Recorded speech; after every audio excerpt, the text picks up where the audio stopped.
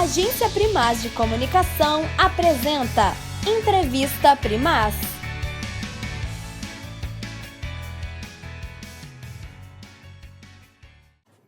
Olá, eu sou Luiz Loureiro e é um prazer estar com vocês mais uma vez em mais uma edição da Entrevista Primaz, com um sentimento ainda mais intenso porque temos a honra de receber hoje a jornalista, escritora e comunicadora marianense, Dracy Drielli, a quem eu dou boas-vindas e agradeço imensamente por ter aceito o nosso convite. Obrigada. Seja bem-vinda. Obrigada.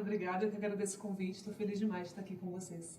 Então, Dracy, nós temos aqui na Entrevista Primaz uma espécie de lema que é: vamos começar do princípio, né?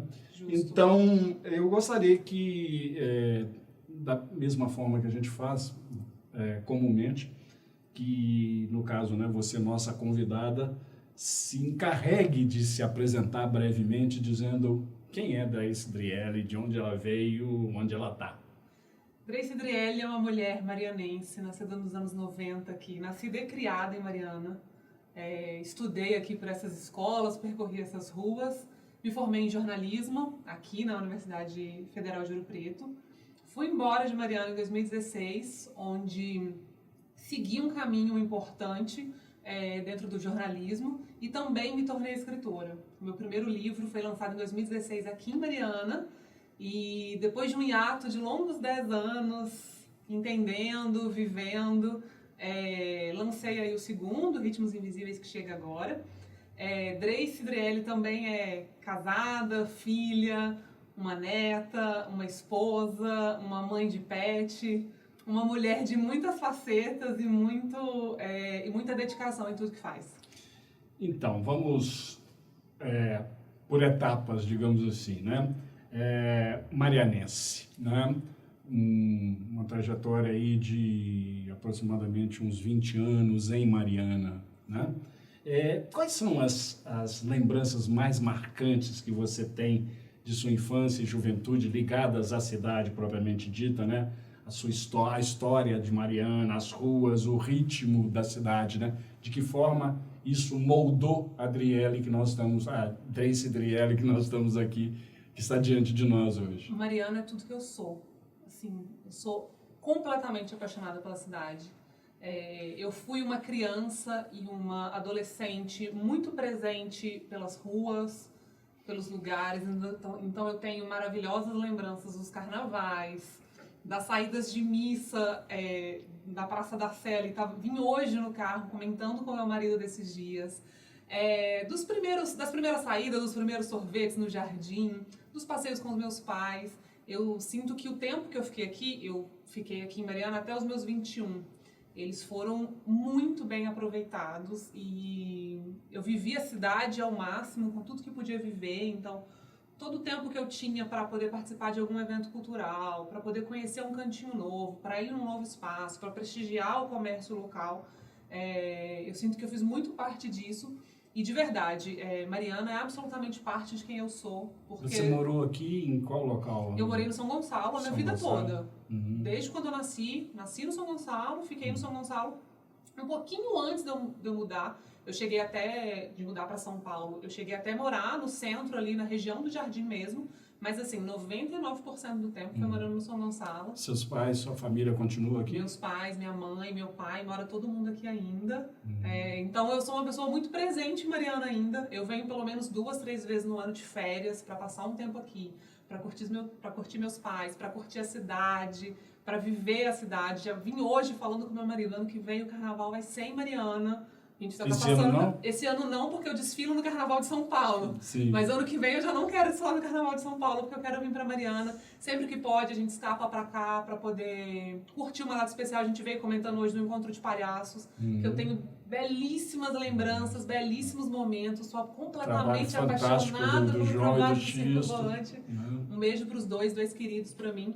Então eu fui uma criança, uma adolescente que viveu muito Mariana e eu sou uma adulta que ainda ama viver muito Mariana e que vive como pode, sempre que dá, do tempo que dá, sempre que eu posso dar uma escapada em São Paulo, com certeza é para Mariana que eu venho. E fazendo um pequeno parênteses aqui, até lembrando, né, 2016, 2026, está em moda isso nas redes, né?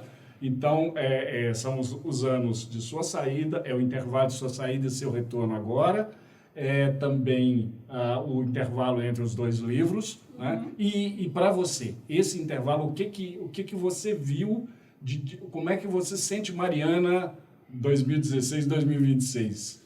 O olhar de quem não vive aqui há 10 anos, Mariana cresceu. Eu sempre, cada vez que eu venho, eu reparo nas ruas e nos lugares, eu falo, isso não estava aqui, isso não existia aqui. Eu tenho certeza que esse prédio era menor, eu tenho certeza que esse comércio, esse estabelecimento era diferente, era menor, era outro. Então, um olhar de fora é de que Mariana cresceu. Eu tenho muito carinho com Mariana, então eu sempre vejo a cidade de um lado muito bom. Então, para mim, continua sendo essa cidade linda, acolhedora, com as pessoas simpáticas, carinhosas, um lugar que eu ainda gosto de ir pra rua, de ir pro jardim, eu tenho a minha pizza favorita. Bem mudado o jardim, né? Mudado. Esse mudou mesmo, assim, esse de fato mudou. Mas eu gosto de sair pra comer, eu tenho os meus lugares favoritos pra ir jantar, pra ir tomar uma sobremesa. Rituais, assim, que eu não costumo abrir mão e não abri mão nesses 10 anos. Então, pra mim, Mariana é uma cidade que mudou e cresceu muito, definitivamente. Jornalismo, né? Como é que se deu o seu interesse e o direcionamento para o jornalismo, né? Como foi esse período de sua formação na UFOP, especificamente? Você já falou da cidade, agora vamos falar da UFOP, do ICSA, que é nossa casa, né? Que é também muito de quem eu sou. Eu fui uma criança que as pessoas me perguntavam assim, o que você vai ser quando crescer? E eu falava, eu vou ser jornalista. Eu fui essa criança, assim. Eu me lembro das primeiras vezes de falar, eu quero fazer jornalismo. Eu tinha, sei lá, 8, 9 anos. Eu quero ser jornalista. E aí eu me lembro de muitos anos depois ter reencontrado com uma amiga que fez o ensino fundamental comigo. E eu já na faculdade, né, conversando, atualizando da vida. E eu me lembro dela perguntar assim, o que você tá fazendo na faculdade? Eu falei, jornalismo. E ela olhou pra mim assim, tipo, você não mudou de ideia. E eu falei, não mudei de ideia. Eu não teria feito outra coisa que não jornalismo. Foi fazendo jornalismo que eu descobri um imenso universo da comunicação. Então eu acabei me enveredando por muitos outros caminhos do jornalismo.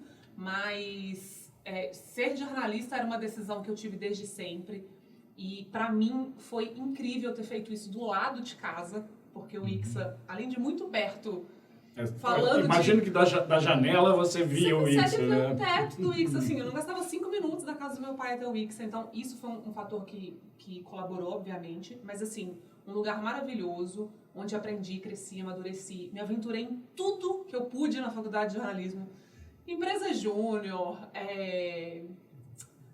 pesquisa acadêmica, tudo que eu pude fazer na faculdade eu fiz. Eu sentia que era uma época que eu precisava viver e eu fiquei muito feliz de saber que o ICSA, a UFOP, é um lugar que dá essa oportunidade de fato para você viver ao máximo o seu período acadêmico. E eu sinto que ele foi muito bem aproveitado aqui, absolutamente muito bem aproveitado. E de que forma que o jornalismo influiu na sua...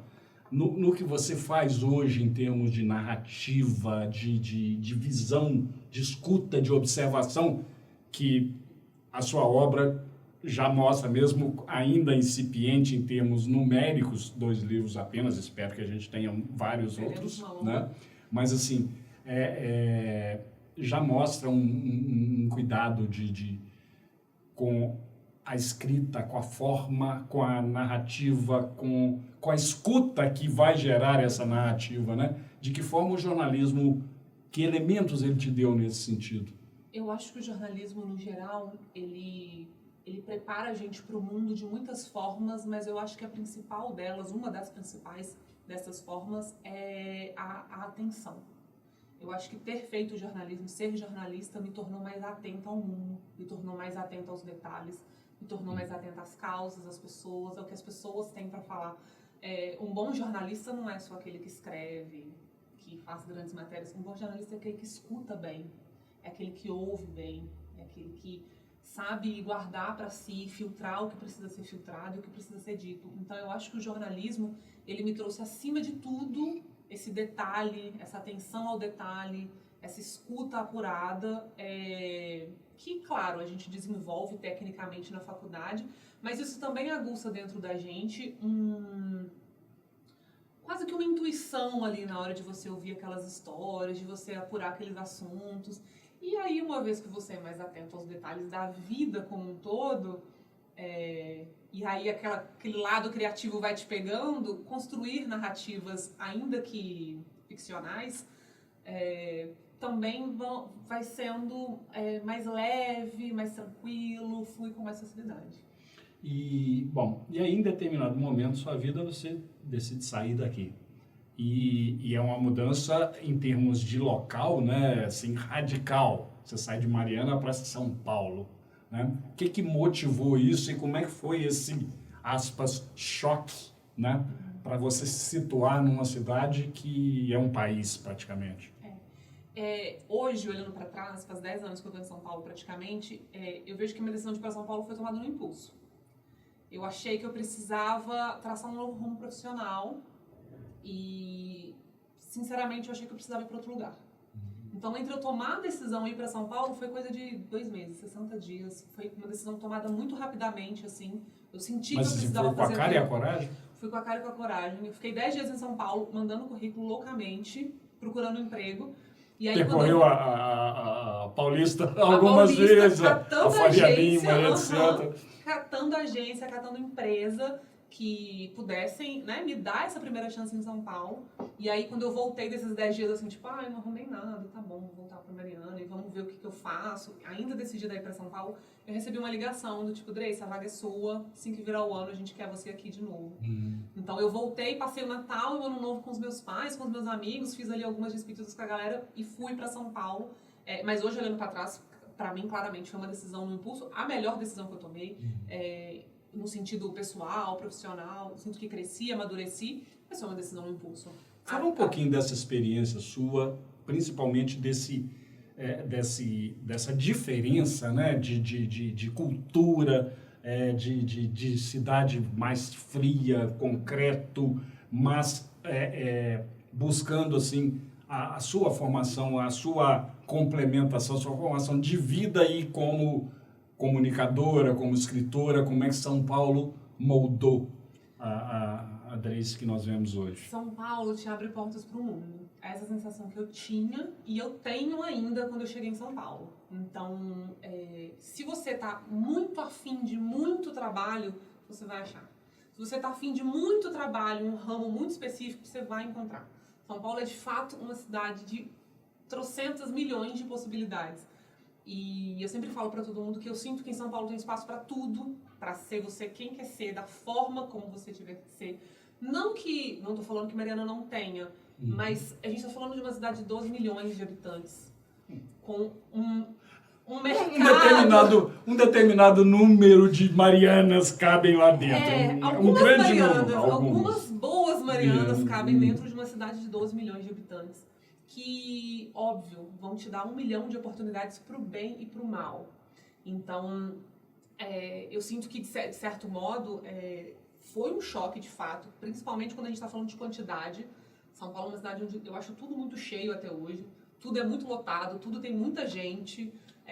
Me perdoem os paulistas, mas eu acho São Paulo uma cidade mais fria, menos acolhedora. Falando de um lado ruim, mas depois eu vou complementar com o bom, São Paulo é uma cidade solitária, assim. Você entende que você é uma pessoa solitária no mundo em São Paulo. Mas um lado bom disso é que ninguém se importa. Então, se você quiser botar uma pantufa na cabeça e sair no meio da Paulista 2 da tarde de uma segunda-feira, tá tudo certo. Ninguém vai se importar com isso. Ninguém vai esquentar a cabeça. Ninguém vai nem perguntar porque você tá com a pantufa na cabeça. E, de certo modo, eu acho que quando você sabe usar isso pode ser muito bom. Porque te permite umas ousadias, que você se desprende de umas desamarras que você fala, cara, ninguém tá se importando mesmo, então eu vou lá e vou fazer. Vou fazer. O que eu tenho a perder? É o que eu tô querendo. O que eu tenho a perder com isso? Nada. Ninguém não tem aí. Se eu fizer, se eu não fizer, vai dar na mesma pra essa cidade, pra essas pessoas, pra esse lugar. Então, isso eu acho bom. Tem seu lado ruim, mas isso eu acho muito bom de São Paulo. Uma coisa que eu gosto muito até hoje. Admiro muito e aprendi a gostar cada vez mais. Óbvio que tem seu lado ruim, mas também tem seu lado muito bom. E aí o trabalho que você vem desenvolvendo nesses 10 anos, como é que ele sai lá da Dreyce que era uma menina quando escreveu o primeiro livro, nós vamos falar especificamente sobre ele, mas como é que isso vem moldando, né, a sua trajetória, a sua maneira de ver o mundo, a sua maneira de escrever para chegar no segundo, que nós vamos falar mais ainda um pouco à frente. O meu trabalho é uma extensão de mim, definitivamente. Lá em São Paulo eu pude conhecer, na prática, com a mão na massa, um outro lado da comunicação, e mais 1 milhão de possibilidades dentro da comunicação. Então, eu pude passar por lugares que foram muito importantes na minha trajetória. Tive um tempo na Record News. Cheguei a apresentar um programa que era específico para o mercado B2B de automóveis. Era muito específico, muito específico. Hoje eu estou no SBT, já faz 3 anos que eu estou lá. Então, acho que todo esse trabalho, toda essa experiência entre a Drace, que fez o primeiro livro, e a Drace, que fez o segundo livro, tem um longo processo de maturidade, de crescimento, um olhar que vai sendo apurado com o tempo, um olhar que vai se tornando mais detalhista com o tempo, uma cabeça que vai divagando mais também. Acho que quanto mais tempo e mais possibilidades e para mais coisas a gente se abre, mais a nossa cabeça consegue ir, fluir, expandir, crescer e criar. Então, de certo modo, toda essa minha trajetória profissional foi muito importante para isso. E hoje no SBT, qual que é o seu papel? Qual que é o setor? O que você tem feito lá? Lá no SBT, também muito específico, acho muito específico, mas eu sou de uma equipe onde a gente cria soluções de conteúdo para marcas que anunciam dentro do entretenimento. Então, e aqui eu estou falando de projetos especiais. Eu não estou falando daquele merchan quando o apresentador fala, agora a gente vai falar de uma marca de caneca. Não é sobre isso. É só Nebrão. Não é.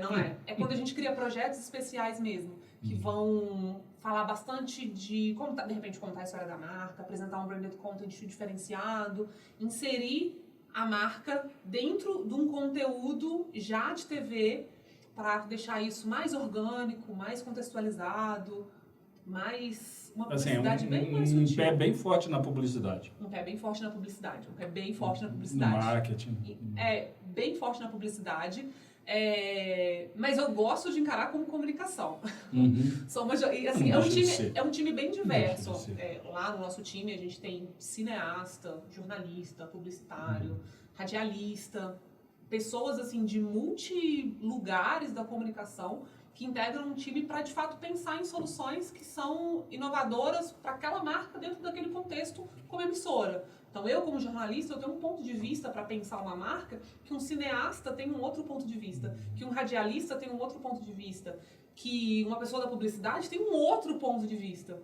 Então, eu acho que esse olhar, um time multi-especialidades, com esse olhar que cada profissão da comunicação ele traz, acho que ele soma muito no dia a dia do meu trabalho e eu acho que ele soma muito em todas as equipes que podem se aproveitar desse privilégio de ter um perfil de comunicador diferente para um mesmo trabalho, aqui entre aspas, porque é um trabalho dinâmico, mas é um mesmo trabalho, digamos assim. E a sua participação naquele nicho lá do automóveis, que você mencionou, era diante das câmeras? Era diante das câmeras. Eu apresentava um programa, eu apresentava um prêmio, eles tinham um prêmio, chama Novo Meio, era um hub de mídia, específico para falar com automóveis, não sou uma pessoa da área, tá? Mas automóveis grandes e caminhoneiros. Então, era bem B2B, assim. Então, a gente falava, era bem nichado para o caminhoneiro que vai estar ali viajando e assistindo esse conteúdo. Eu apresentava um jornal com as principais notícias do mercado automobilístico ali, daquele período. Era um jornal semanal, mas eram 3 vezes na semana. Então, aquela notícia ali quente da semana, para o cara se atualizar. E eles também tinham um prêmio, que tem ainda, que elegem as marcas mais relevantes dentro do mercado do automobilismo voltado para o caminhoneiro. E aí eu era uma das apresentadoras desse prêmio também. E você tem planos para voltar para diante das câmeras? Porque agora, pelo que eu entendi, você está longe das câmeras. Por enquanto não. Estou gostando de explorar outros lados. Eu fiquei uns 3 anos trabalhando com isso. Foi bem gostoso, foi uma época bem proveitosa da minha vida. Mas eu também estou gostando de estar longe, de estar ali criando mais com a mente e podendo colocar isso no papel de uma outra forma. Vamos agora focar na Drace escritora, né? Como eu disse antes, começando pelo princípio, lá 2016, voltar a 2016, Doce Primavera, Diário de uma Adolescente, né? Fala um pouco sobre esse livro, fala um pouco sobre a Drazy de 2016, dos objetivos dela ao colocar, ao preencher as folhas em branco e gerar esse livro de estreia naquela época, aos 20 e poucos anos, 21 anos. Esse livro também dizia muito sobre quem eu fui, sobre quem eu era naquela época. Era um livro infanto-juvenil, então era um outro público. Por que um livro infanto-juvenil?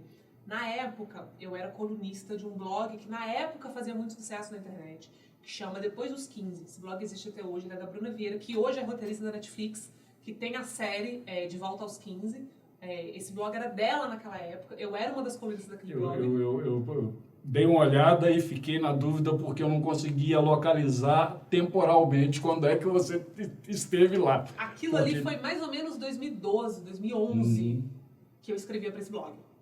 E aí a Bruna Vieira era a proprietária na época, então eu colaborava ali regularmente com a coluna, então, só que naquela época eu já falava com um público muito específico, porque se ela tinha um blog para falar ali da faixa dos 15 anos, tinha muita menina de 13, 14 que lia aquele blog naquela época ali.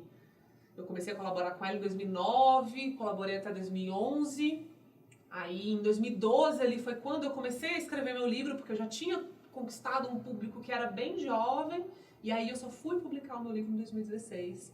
Então, não que eu tenha escrito ele por esse longo tempo, mas em 2012 ele já estava ali até bem robusto e tudo. Que coincide com a sua entrada no jornalismo.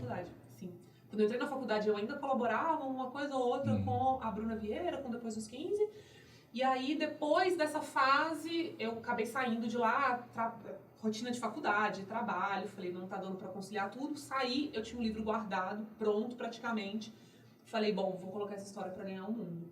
E aí, em 2015, eu assinei com a editora. A gente lançou ele finalzinho de janeiro, ali, comecinho de fevereiro de 2016, mais ou menos.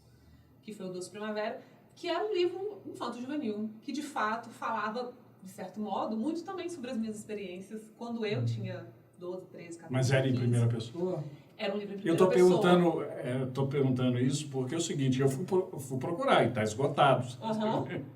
Aí eu só tive acesso à sinopse, entendeu? Então eu tive que perguntar sobre... Não, é um livro em primeira pessoa que conta a história de uma adolescente que precisa mudar de cidade por conta do trabalho dos pais. E aí, como ela vai mudar de cidade, ela enfrenta todos aqueles dilemas que os adolescentes enfrentam quando estão chegando num lugar totalmente novo, sem amigos, escola nova, ali em conflito com os pais, porque os pais estão se separando. E a cidade é Primavera? A cidade chama Primavera, e por Mas isso chama Doce ficcional? Primavera. É ficcional. Tá. É ficcional. E ela tá bem nessa transição, assim, do tipo, putz, tô indo pra uma cidade nova, por que meus pais foram fazer isso? Bem uma rebeldia de adolescente, assim. E foi um livro que, na época, eu assinei um contrato curto com a editora que eu tinha. Então, quando o contrato encerrou, eles acabaram encerrando também a tiragem do livro. Então, por isso que ele se esgotou e se esgotou. Estou pessoalmente com planos de republicá-lo, mas ainda preciso entregar esse segundo, fazer tudo o que eu preciso fazer para poder começar a pensar em republicar essa obra, que eu tenho muito carinho, definitivamente. E aí você parte para um segundo livro, 10 anos depois, ou pelo menos assim, eu acredito que tenha sido gestado, né, ao longo de uma boa parte desses 10 anos, né, e que você sai dessa situação de narrar em primeira pessoa, de tirar, de usar experiências próprias, etc., para uma trama completamente ficcional. Antes da gente falar especificamente, eu queria que você fizesse um paralelo das diferenças da Drazy 2016, 2026, escritora, né? Assim, qual é o nível de amadurecimento, por que ir para... Claro, agora não faria tanto sentido você ainda falar, quer dizer, também poderia, né, para o público infanto-juvenil. O público se renova. Né? Exatamente. Mas assim, era um hiato bastante grande, né? Como é que isso se deu, né, e de que forma você se sentiu preparada para esse, aspas, salto, ou essa, digamos assim, esse novo caminho? Quando eu publiquei meu primeiro livro, eu tinha certeza que eu ia publicar o segundo, terceiro, quarto, quinto, sexto em sequência. Tinha certeza absoluta disso. Aquela certeza que só os 20 e poucos dão pra gente, sabe? Tinha certeza absoluta disso. E o ano que eu publiquei meu livro em janeiro, fevereiro ali, em dezembro eu me mudei para São Paulo. E toda uma vida aconteceu até que eu chegasse ao segundo, porque a vida vai engolindo a gente de muitas formas e muitas vezes a gente precisa guardar aquele sonho, aquilo que a gente quer ali na gaveta e fala, depois eu volto nisso aqui, agora não vai dar. E não deu mesmo, por muitos anos, assim, esses 10 anos que eu estou em São Paulo, por uns 7, não deu, porque a rotina profissional me engoliu de outras formas, assim, eu tinha outras prioridades, profissionais principalmente, então não deu para eu chegar no livro. Só que esse tempo, sem escrever de fato um livro, mas ainda escrevendo muito, eu acho que a principal diferença foi esse amadurecimento do público, porque na época eu escrevia para meninas de 12, 13, que eu sinto e eu gosto de pensar que foram crescendo junto com a minha escrita, que foram amadurecendo junto com a minha escrita. Então, a partir da medida que o tempo foi passando, eu fui achando que talvez não fazia mais tanto sentido continuar escrevendo para esse público de 12, 13 anos, uma percepção absolutamente minha, um desejo meu, assim, dentro de mim, não nada em específico, porque de fato eu poderia ter continuado escrevendo para esse público. É um público que gosta de leitura, que consome livro, que a gente sabe disso que é forte, mas eu sentia que eu precisava, assim como eu estava amadurecendo, e eu estava amadurecendo, obviamente, as minhas leituras, os livros que eu comprava, as músicas que eu ouvia, as histórias que eu gostava de escutar, os filmes que eu gostava de assistir, as séries que eu via, eu falei, talvez não faça tanto sentido mais continuar escrevendo para um público tão novinho. Talvez eu tenha acumulado mais repertório para escrever para uma galera mais madura, ainda que jovens. Hoje eu acho que a minha leitura ali, ela é perfeita para os novos adultos, sabe? A galera que está chegando na vida adulta agora. E de fato, depois de todo esse amadurecimento, esse entendimento, veio Ritmos Invisíveis, que é um livro em terceira pessoa, narrado por uma personagem que eu tentei ao máximo descolar de mim, apesar de algumas coisas muito parecidas. Eu falo não tem como fugir também, né? Eu cheguei a falar em terapia sobre o meu livro e eu falei com a minha terapeuta, eu falei, todas as decisões que ela toma no livro eu tomaria na minha vida. Absolutamente. Todas as decisões que ela toma no livro eu tomaria na minha vida. Mas eu tentei dar para ela características que eu não tenho, mas porque você vai se inspirando, porque você vai observando, porque você vai puxando de um, puxando de outro, e pegando daquilo que de repente você gostaria de ser, daquilo que você tem desejo de ser um dia, e você vai construindo o personagem. Então eu acho que esse é um bom paralelo, assim, de 2016, 2026, em termos de escrita. Porque eu acho que aconteceu toda uma vida no meio, para que eu chegasse no momento e falasse assim, acho que a minha escrita não é mais para uma menina de 12 anos. Acho que eu não consigo mais falar com esse público tão jovem, sabe? E hoje você vê a faixa etária que mais se identificaria com a leitura da tua narrativa atual, estaria ali em que faixa mais ou menos ali? Eu acho que novos adultos, assim. Eu acho que a galera adolescente, no fim ali da adolescência, 16, 17, nem sei se isso é o fim da adolescência mais. O mundo mudou tanto, mas eu acho que essa galera de 16, 17, eu acho que ainda gostaria muito da leitura, porque o livro fala sobre temas muito atuais. Então eu trago no livro exposição na internet, esse cancelamento virtual exacerbado que acontece todos os dias. Essa coisa de, às vezes, o que a gente faz na vida tem esse tamanho, e aí na hora que vai pra internet aquilo ganha este tamanho, e você perde completamente o controle da sua narrativa, do que você tá pensando, de quem você é, muitas vezes. Então eu acho que é uma faixa etária que pode gostar bastante, mas eu também acho que a galera da minha idade ali, pra mais, os 30, os 40, 50, enfim, também podem gostar muito da leitura, exatamente porque os assuntos são bem atuais. Sabe? É um tema atual que a gente fala e a gente vê todo dia na internet. E eu acho que, pode parecer clichê isso que eu vou falar, mas eu acho que a exposição, o cancelamento virtual, ele definitivamente não tem idade. Ele acontece e a gente vê todos os dias acontecendo com pessoas de diferentes faixas etárias, diferentes momentos da vida, muitos verdade, muitos mentira também. Em 2016 isso não era tão patente, né? Então quando você disse que imaginava lá no segundo, terceiro, em sequência e tal, você não pensava nisso, você tinha outros temas, outras preocupações, outras possibilidades, né? Como é que você, agora, recentemente, chegou a essa questão? Até que ponto, né, isso te incomoda em todos os sentidos, no sentido de não gostar ou no sentido, inclusive, de falar sobre, que é o que você faz no livro, né? Toda essa eu poderia falar assim, essa curiosidade quase mórbida do público, aliada a um narcisismo geral, em que tudo tem que ser exposto, mas que quando vira contra quem originou, vira um caos literal, né? Como é que você chegou, como é que você afunilou para essa questão? Assim, e aí eu queria que você aproveitasse já dentro daquilo dos limites como se diz, de não esgotar a curiosidade, né, do futuro leitor ou leitora sua, né? Você falasse um pouquinho dessa uma sinopse do seu livro. Claro, a internet mudou muito de 2016 para 2026, fato. Em 2016, eu tinha acabado de parar de escrever para um blog. Acho que as pessoas não leem mais tanto. Ainda tem uma galera, o blog ainda tem um público, mas eu acho que em 2026 as pessoas não leem mais tanto o blog. Em 2016 eu tinha um perfil no Instagram com 2 fotos, com aquele filtro amarelado, assim, que você já não consegue identificar muito o que tem atrás da foto, com aquela tarja que o Instagram colocava, aquela tarjinha preta. Quem abriu um perfil lá atrás, quando tudo começou, vai lembrar. O Facebook ainda bombava em 2016, quando eu postei. Assim, a níveis exorbitantes, o Facebook era a sensação do momento. Meu perfil do Facebook é de janeiro de 2015, ou seja, bem ali. Bem na época, 2016, o Facebook estava no auge. Hoje em dia também as pessoas também não estão mais tanto no Facebook, mas não no sentido porque elas saíram de lá, mas porque a internet pulverizou de uma forma que hoje em dia tudo ganha muita proporção. E eu sou uma pessoa curiosa, se eu usar a palavra certa. Eu sou muito curiosa e eu me considero muito observadora.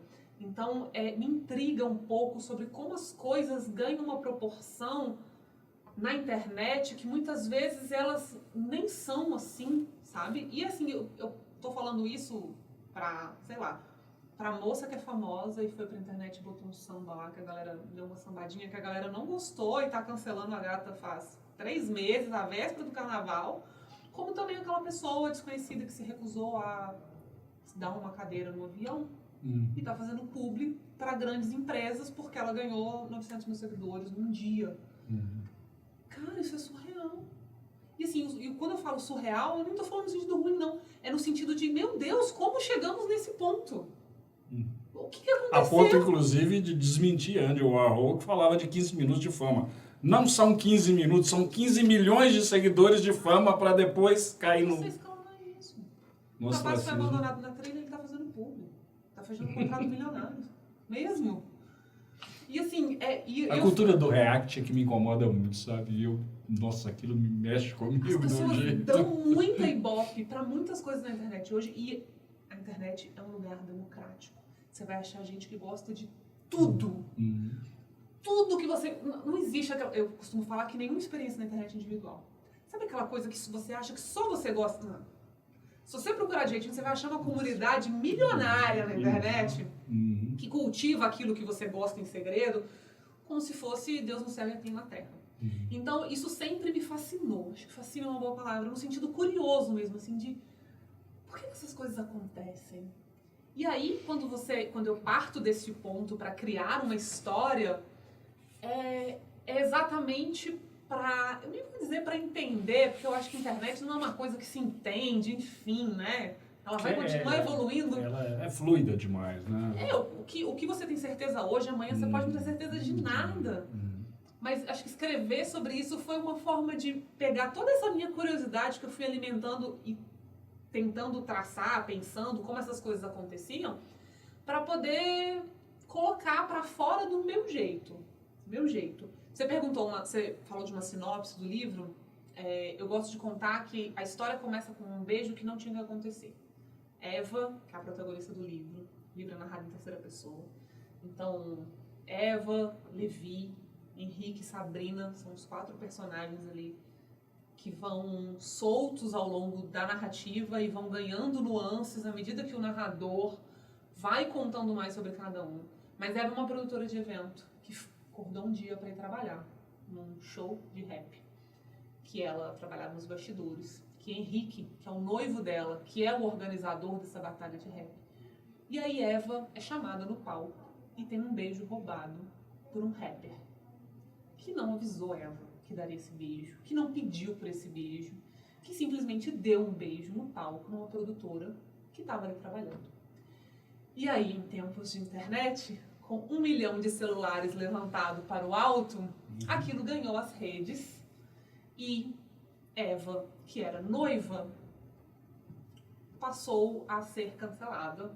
Porque como assim ela tá beijando um cantor teoricamente famoso? O ato passou a ser dela para o público, passou a ser iniciativa dela.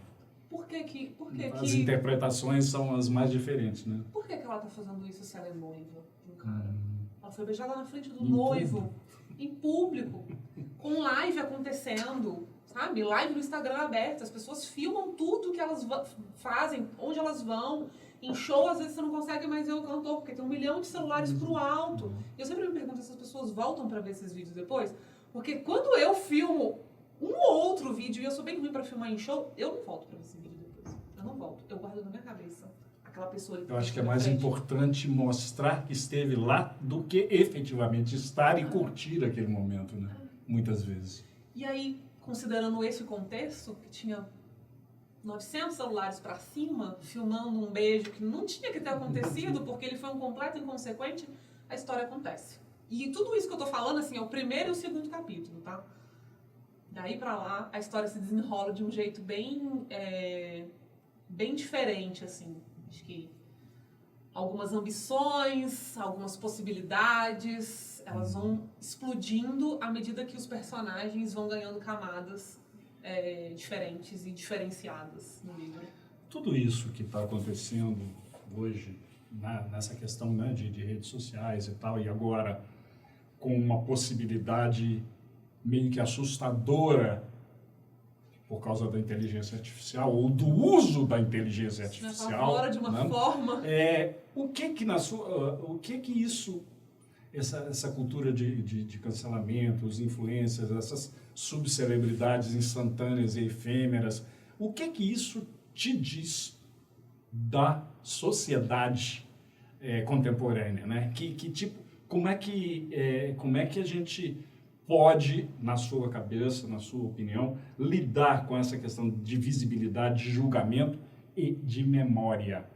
Porque não se iluda, se apaga, mas sempre teve um print que foi dado antes, no mínimo. Internet é eterno. Sempre tem um hacker que vai descobrir isso aí, né?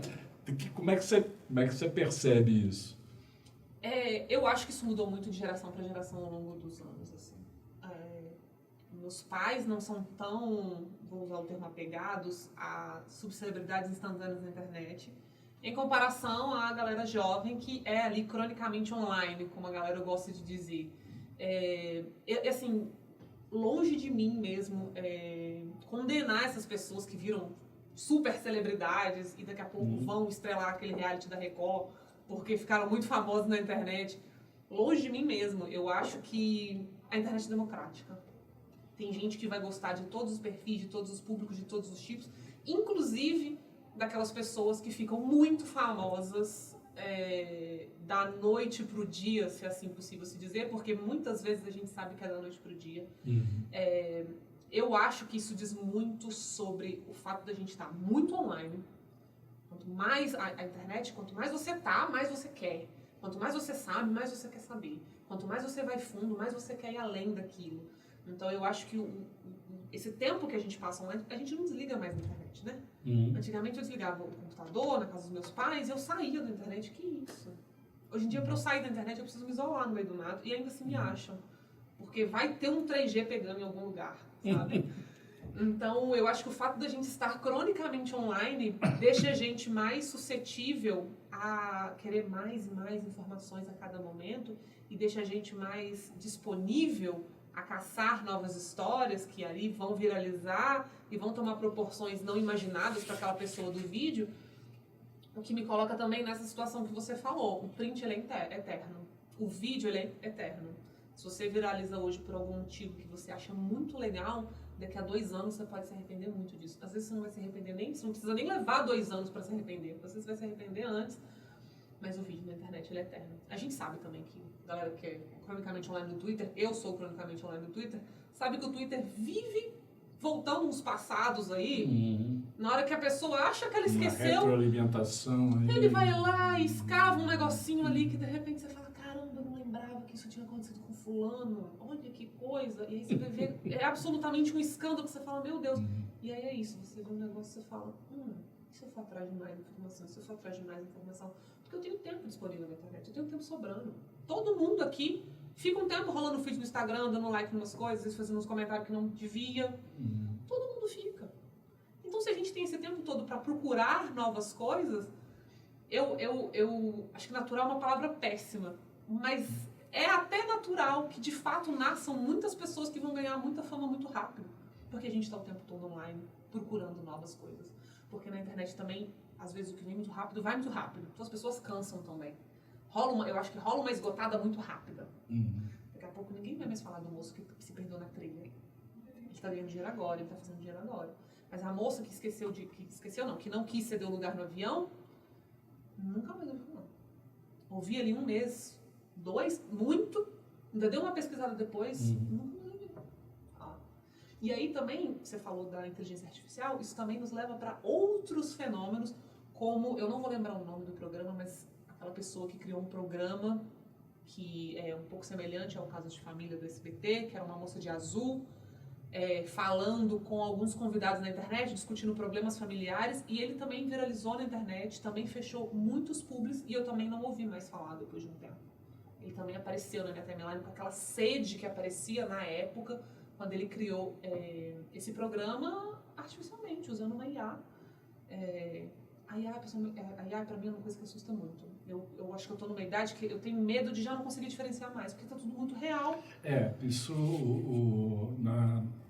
a gente vê discussões e com amigos, com grupos de WhatsApp, etc e tal, competições de o que é IA e o que não é. Aí você olha aquele negócio e fala assim, não, isso é, você jura que é, e não é.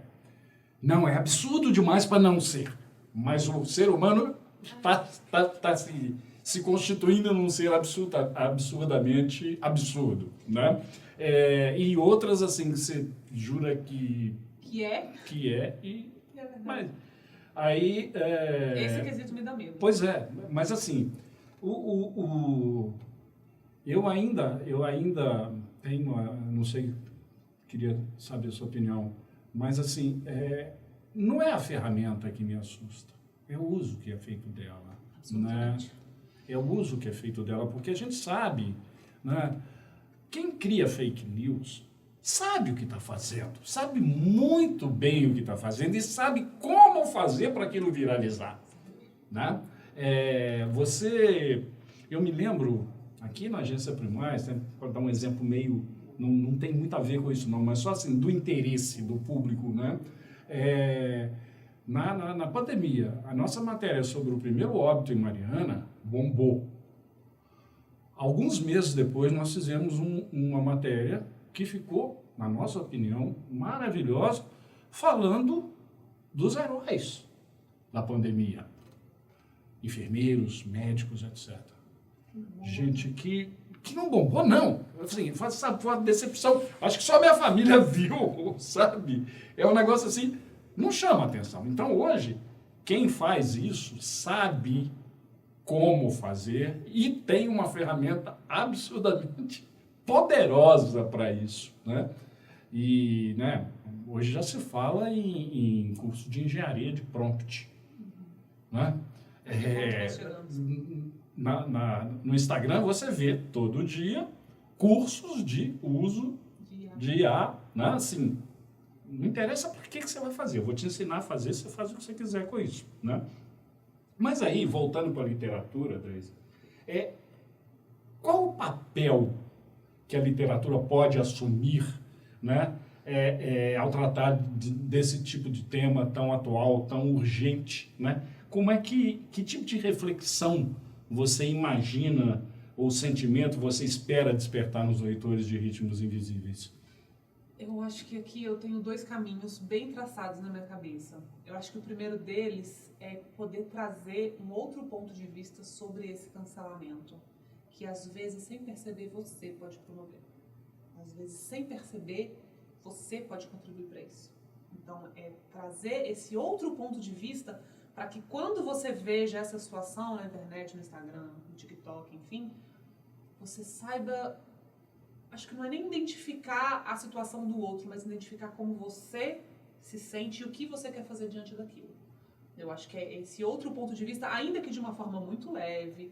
É um livro gostoso, é um livro levinho, não é um livro denso, definitivamente. É um livro curto. Ainda que de uma forma leve, acho que pensar nisso. E, um outro lado, é mostrar para o público que, às vezes, quando tudo dá errado, você ainda consegue encontrar uma alternativa. Porque, de certo modo, é isso que Eva precisa fazer. Ela está sendo escrachada na internet. A gente não pode deixar. Não posso deixar isso acontecer comigo. Você não pode deixar isso com você, como ser humano que você não pode deixar isso acontecer com você. Então, tanto que esse trecho especificamente, isso que eu estou falando, eu cito na última página do livro, que eu desejo que as pessoas entendam e percebam que as dissonâncias que acontecem na vida ainda são aquelas que podem nos fazer dançar, que podem nos fazer viver, podem nos fazer sorrir no fim de tudo isso, apesar de tudo, sabe? Entender que isso faz parte da vida e que a gente sempre arruma força para sair Você é otimista? Muito. Mas, assim, em geral? Em geral. E em particular também, nesse caso? Em particular também. Eu me considero uma pessoa muito otimista. Falo muito disso na minha terapia, inclusive. O copo está sempre meio cheio. O copo está sempre meio cheio. Sempre. Sempre. Se tratando do meu copo, então, ele vai estar sempre meio cheio.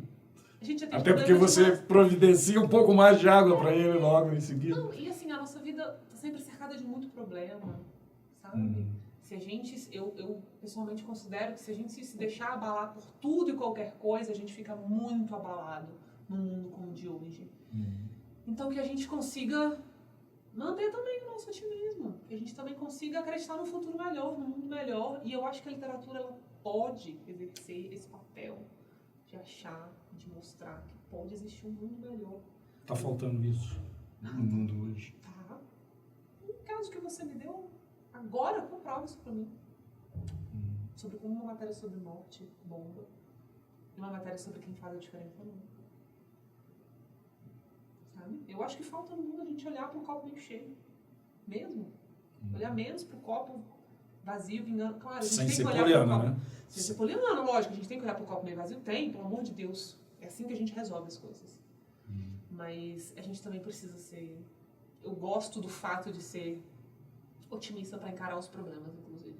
Porque acho que isso me dá força para resolvê-los. Bom, Tracy, vamos voltar a 2016.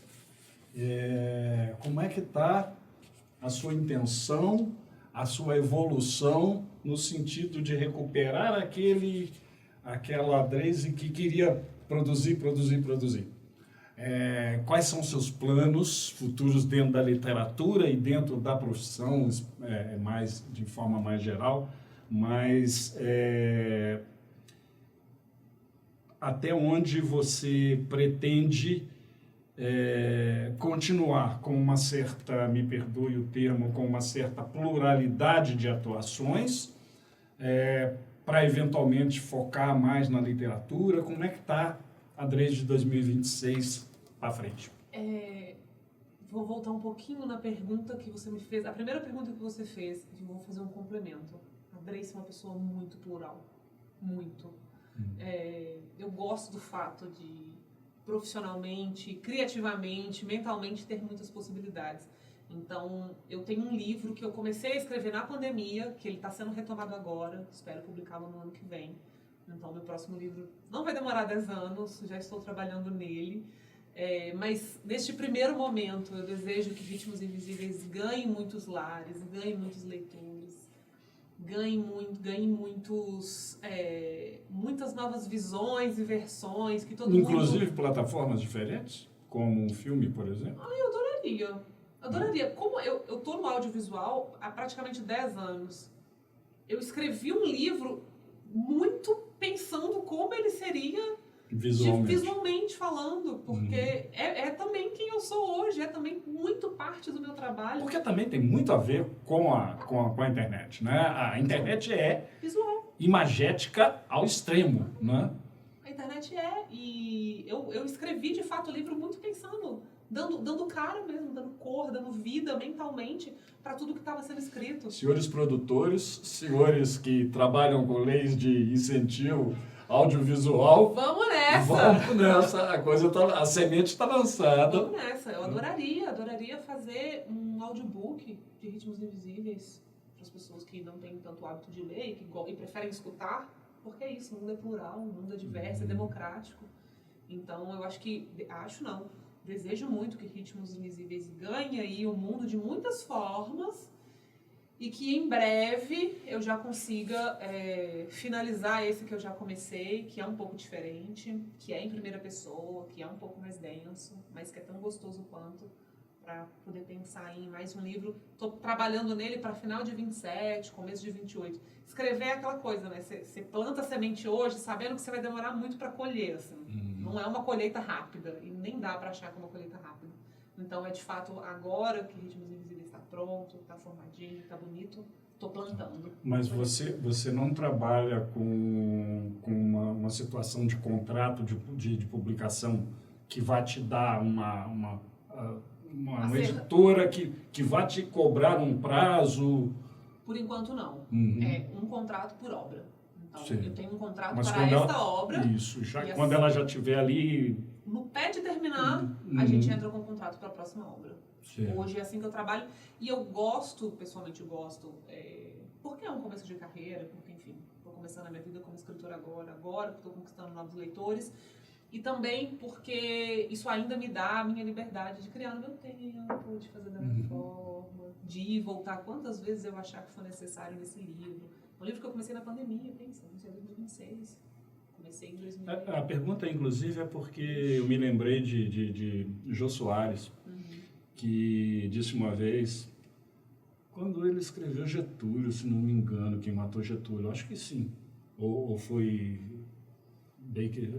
Xangô de Baker Street, não me lembro bem. É maravilhoso. Ele dizia o seguinte, livro a gente não termina, a gente fica livre dele. E no caso, eu acredito que ele tenha dito, inclusive, pela pressão da editora, Para terminar logo. porque já era um best-seller anteriores e tudo dizia que aquele seria... Eu agora perdi a cronologia aí de qual é antes. Eu acho que Getúlio é antes de Xangô. Eu acho que sim. Deve ter sido Xangô que ele falou isso. Não me lembro mais. Porque, assim, eu imagino que deva ser uma pressão muito grande, porque às vezes está branco, né? Às vezes imagino que às vezes você fica um mês sem pegar naquele negócio, ou mais tempo, né? Tranquilamente. É que eu acho que o Jô ocupa um lugar...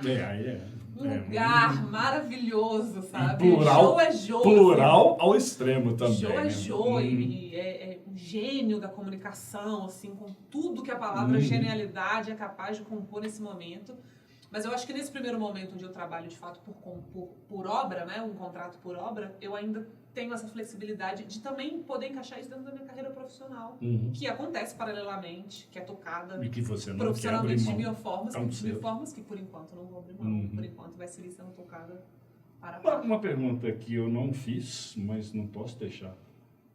O nome, Ritmos Invisíveis, como é que você chegou nele, assim, o que você pretendia? Porque é o seguinte, não deixa de ser um rótulo, não deixa de ser um chamariz, né?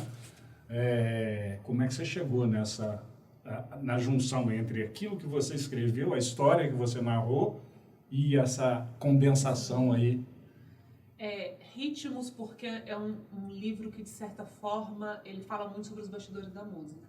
Então, Égua sendo uma produtora musical, e Levi, que fez essa cagada toda, com perdão da palavra, sendo um rapper, é um livro que fala muito sobre os bastidores da música.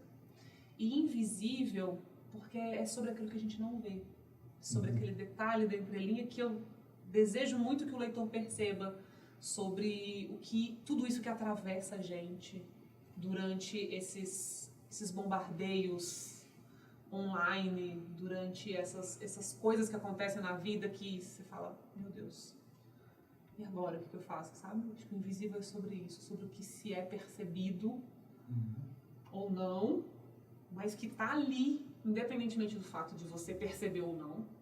E Ritmos, porque foi uma junção dessas duas coisas, e Ritmos sobre a música, né, por ser o bastidor da música, e eu acho que juntando Ritmos Invisíveis é sobre essa melodia fina que toca todos esses problemas que acontecem, que ensinam a gente a dançar de fato. E é interessante que quando você fala, né, de música, e você já havia mencionado o gênero antes, né, e agora de novo, e aí apareceu uma coisa que eu tenho certeza que o pessoal da minha equipe deve ter pensado também. Essa história poderia se dar em Mariana, porque tem uma cena de rap aqui fantástica. A gente tem dado muita, procurado dar muita visibilidade. Nós já fizemos entrevista com o Ventura, com a Gaudêncio. Tem duas meninas, tem a Linda também, que estava para ser feita essa semana, deve ser feita daqui a uma semana. O Aquiles, o Bom Black e tal. Tem a Batalha da o Djonga. Saiu daqui, ele criou Batalhas Gerais, ele criou, vai estar aqui no Carnaval de Ouro Preto, daqui a alguns dias, né? E é um movimento, né, muito forte aqui, muito, muito interessante, né, que vem ganhando cada vez mais,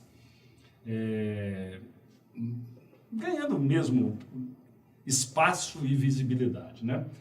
Mas, infelizmente, a gente tem que chegar no ponto de encerrar, mas agora eu queria, né, que você fizesse aquele papel de marketing mesmo que você está fazendo, né? Vamos falar um pouco sobre o evento de amanhã, né? O lançamento aqui na Primaz de Minas, no berço, nosso berço, né? Eu queria que você falasse um pouquinho sobre o evento, que você se dirigisse ao nosso público, porque essa entrevista, ao contrário das últimas, vai sair ainda hoje. Gravar, ajustar e botar no site, né? Porque o evento é amanhã, né? E que você falasse um pouquinho, reforçasse o convite, né? E dissesse o que o público pode esperar. É um lugar maravilhoso, né? O museu de Mariana tem um carinho muito grande pelo trabalho que eles vêm fazendo ali, e que você, então, fizesse aí seu merchanzinho. É um espaço lindo que eu preciso dizer que eu escolhi da última vez que eu estive de férias aqui em Mariana, porque eu ainda não conhecia. E aí, nas minhas férias no ano passado, passei por ele, na época eu tinha acabado de assinar com a editora, então eu não tinha nada, eu só tinha um contrato. E aí eu passei por ele, fui lá, visitei, olhei e falei, vai ser aqui. Eu desejo muito que seja aqui, e eu estou muito feliz de ter dado certo. Então fica o convite, amanhã, sábado, 7 de fevereiro, a partir das 15 horas, vou ficar de 15 até as 18, ali pouquinho mais ou menos, por lá, o lançamento de Ritmos Invisíveis na minha cidade, na minha casa, no conforto do meu lar, para poder abraçar todo mundo, conversar bastante. Vai ter muita troca, vai ter muito papo gostoso. Posso ler alguns spoilers, algumas coisinhas amanhã também, pra galera dar uma atiçada. Então, espero todo mundo pra gente conversar bastante sobre o livro e que Ritmos Invisíveis tem novos leitores. Amanhã, 7 de fevereiro, a partir das 15 horas, no Museu de Mariana, ali próximo ali da região do Jardim. E quem não visitou ainda, visite também, pelo amor de Deus. Aproveite e faz as duas coisas. Aproveite para visitar, vai dar tempo tranquilo, o museu é lindo, fica amanhã aberto até às 18, estarei lá até às 18. Deise, foi um prazer enorme te conhecer, Obrigada. Receber você aqui. Foi muito, muito prazeroso ter essa conversa aqui. Espero que você tenha o maior sucesso possível e impossível, sem cancelamentos. Sem cancelamentos, Sem por cancelamentos. favor. E que a Agência Primaz está aqui sempre à disposição para que a gente possa divulgar, né, o produto da terra, dessa terra linda, de casa, né, e continuar aí a brilhar aí pelo mundo. Obrigada, agradeço muito o convite, a disponibilidade de vocês, sua equipe maravilhosa, todo mundo. Muito, muito, muito obrigada pelo carinho. É muito bom estar em casa, é muito bom estar aqui falando disso, é muito bom estar realizando mais esse sonho, na minha terra, na minha cidade. Então, obrigada mais uma vez, obrigada pelo convite. Vida longa ao livro, vida longa a Primaz também. Muito sucesso para todos nós, para vocês, enfim, para sua equipe linda. Vamos juntos e avante, porque a nossa terra dá muita coisa boa, dá muita coisa legal, dá muita coisa próspera. Desejo melhor. É isso, então, continuando os agradecimentos. O nosso agradecimento a você que nos prestigia, que acompanha a Agência Primaz, acompanha a Entrevista Primaz, e esperamos tê-los e tê-las aqui na nossa próxima Entrevista Primaz, que, como eu disse, já vai estar dentro de alguns instantes disponível, né, no site e com o link para a gravação na íntegra no YouTube. Até a próxima e obrigado.